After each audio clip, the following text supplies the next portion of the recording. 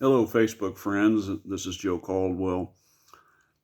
As we begin a new year, it's a contemplative time, and we not only can look back at the past year, but I'm still thinking back, say, through the 2010s up to the present, and I've created a term, Crow Murica. You've probably heard Murica.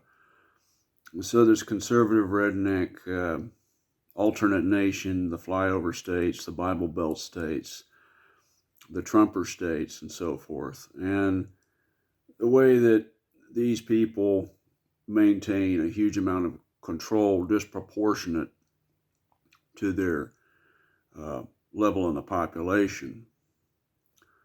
And in a consumeristic matrix, information is packaged for tribes to elicit likes, clicks, and ratings. And this is our post-factual world. Such a world can descend into darkness, enter a dark age, and set the stage for a Trump.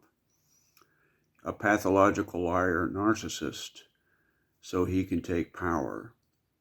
Even if he loses an election by 2.9 million votes in 2016, and he did lose by 7 million votes in the last election and denied it and almost got away with the help of his cronies, his fellow crooks. And he almost got away with the insurrection attempt, January 6th, almost a year ago. So what's happened? How did we get where we are now?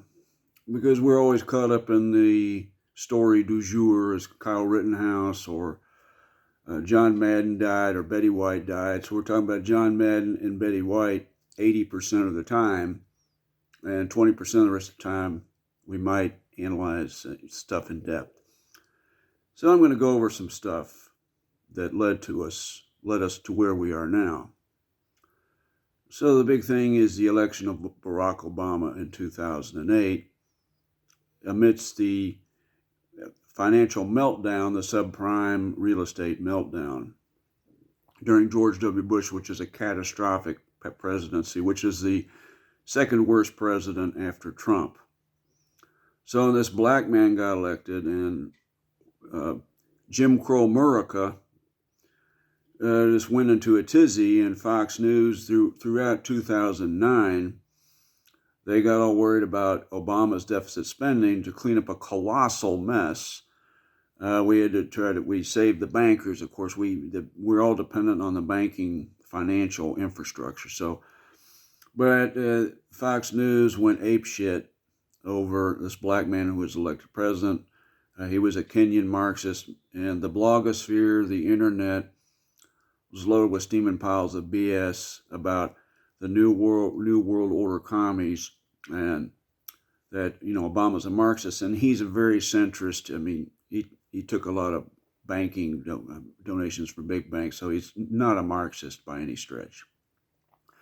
So go back to 2009. It's Tea Party, which is an astroturf.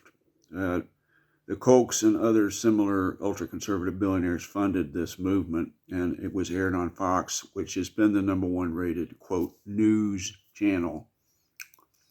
And so what happened? In 2010, 2 years later after Obama got elected, we had the shellacking, and we had Republican majorities in the House and Senate. 2011, or also 2010, we had the Citizens United ruling, which was catastrophic. So it allows super PACs to, it's called shadow or dark money, or shadow government dark money. So rich conservative billionaires, I know there are a few liberal billionaires, but the conservative billionaires have wielded much more power, which I'll get into. So they set up these super PACs, and they can donate into these secret pools of money to get people like Marjorie Taylor Greene or Grace and these wackadoodles who want to force raped women to have babies and not have abortions. And also in the past 10 years, restrictions on voting rights. Now there was a 2013 Supreme Court ruling, Shelby County versus Boulder, or I can't read what I wrote down. So there was a Supreme Court ruling that kind of undid part of the Voting Rights Act of 1965 to protect minorities who were being discriminated from voting, particularly in Southern and mostly in the South. And so what's happened is voter purges in 1,000 polling places have been closed since 2013, predominantly in African-American counties. So this is all Jim Crow America. And it's a downward trend. And there's currently, I'm going to read off my other phone, a news story regarding the slow motion insurrection underway as we speak. But all we're talking about is John Madden and Betty White. Let's see here. In the weeks, let's see here. In battleground states and beyond, Republicans are taking hold of the once overlooked machinery of elections. While the effort is incomplete and uneven, outside experts on democracy and Democrats are sounding alarms, warning that the United States is witnessing a slow motion insurrection with a better chance of success than Trump's failed power grab last year. They point to a mounting list of evidence. Several candidates who deny Trump's loss are running for offices that could have a key role in the election of the next president in 2024. In Michigan, the Republican Party is restocking members of obscure local boards that could block approval of an election. As in Wisconsin and Pennsylvania, the GOP-controlled legislatures are backing open-ended reviews of the 2020 election, modeled on a deeply flawed look back in Arizona. The efforts are poised to fuel disinformation and anger about the 2020 results for years to come. So Jim Crow Murica, so in the battleground states that flipped from that flipped towards blue away from red, Georgia, Arizona, Pennsylvania, and some of these other states around the Great Lakes. And these states were key for Trump to win in 2016, despite losing 2.9 million votes.